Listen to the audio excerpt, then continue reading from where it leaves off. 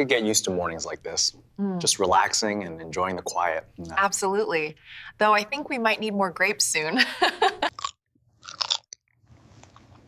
Today is the day Henry is coming home from his grandmother's house. All right. I'll make sure to pick Henry up this afternoon. Henry will surely be very happy to come home.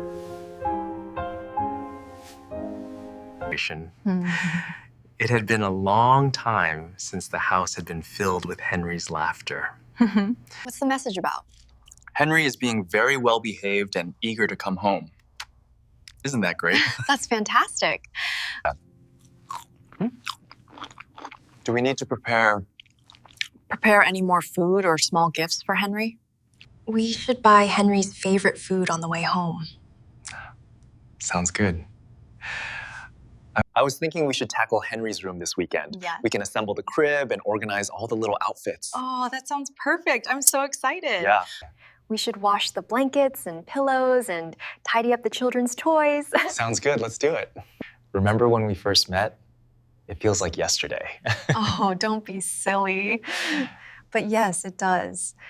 Being back at Grandma's house, I've honestly learned so many new things. It's been fascinating hearing all the stories. I'm really looking forward to tonight.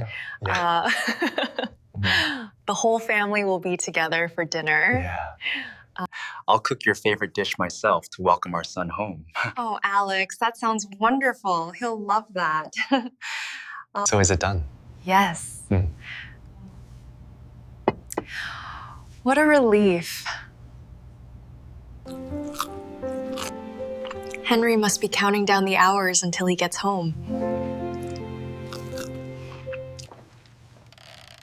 There was still plenty of time before you're going to pick up Henry.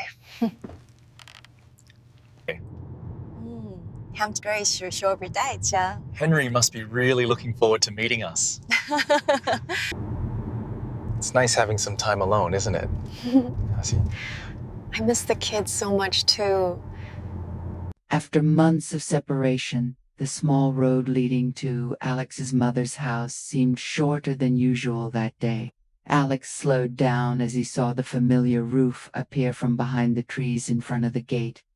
Beside him, nhat gently placed a hand on her stomach. Her eyes were a mixture of anticipation and warmth, as if carrying an unspoken joy. Alex and nhat stood before the familiar gate of the house where his mother still lived. Alex took a deep breath, while nhat gently placed her hand on her belly, where a tiny life was growing day by day. This trip wasn't just to bring Henry home, but also a return, carrying a new joy, quiet but full of hope. As the gate opened out, Mother froze for a moment. Then, as if disbelieving her eyes, she rushed out onto the porch and embraced her son. Her arms trembled, squeezing tightly as if afraid that if she let go, Alex would disappear again. When she turned to nhat, her gaze lingered on her stomach. In just a moment, she understood. Her hand gently rested onto nhat's, her eyes welling up with tears, her smile a mixture of happiness and emotion. Words were needed. That joy spoke volumes. From inside the house, little Henry, hearing the commotion, ran out. His small, unsteady legs faltered when he saw Alex, as if trying to recall a familiar face. Then, suddenly, Henry cried out, spreading his arms wide and running towards his father. Alex bent down and lifted his son tightly. The familiar warmth and Henry's innocent laughter choked his heart. The months of separation seemed to vanish in that moment. nhat approached. Henry looked at her curiously, then gently touched her belly with childlike innocence. Alex's mother stood beside them, silently watching the scene, her heart overflowing with happiness. After months of not seeing each other, the small house was once again filled with laughter, warmed by family affection and the hope for a future beginning to blossom. Since returning home, Henry seemed to have developed a new habit that no one needed to teach him. Every time he saw his mother, he would approach her, his tiny hand gently placed on nhat's belly, as if wanting to feel the familiar warmth inside. It wasn't a spontaneous act, but a natural, repeated action, as if Henry understood that something very important was growing inside his mother's womb. Henry was happier than usual. He ran around the house, playing with his familiar toys, but after a short while, he would return to his mother, place his hand on her belly, and then calmly continue his game.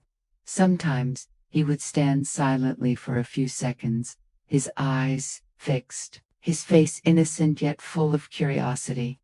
At times, Henry would suddenly laugh, then mumble some unintelligible sounds, as if talking to an invisible friend. Although he couldn't speak many words, Henry would occasionally utter 2 or 3 short sounds, baby, baby, . His voice was still childish, his pronunciation not yet perfect, but each time he spoke, both to nhat and Alex couldn't help but smile.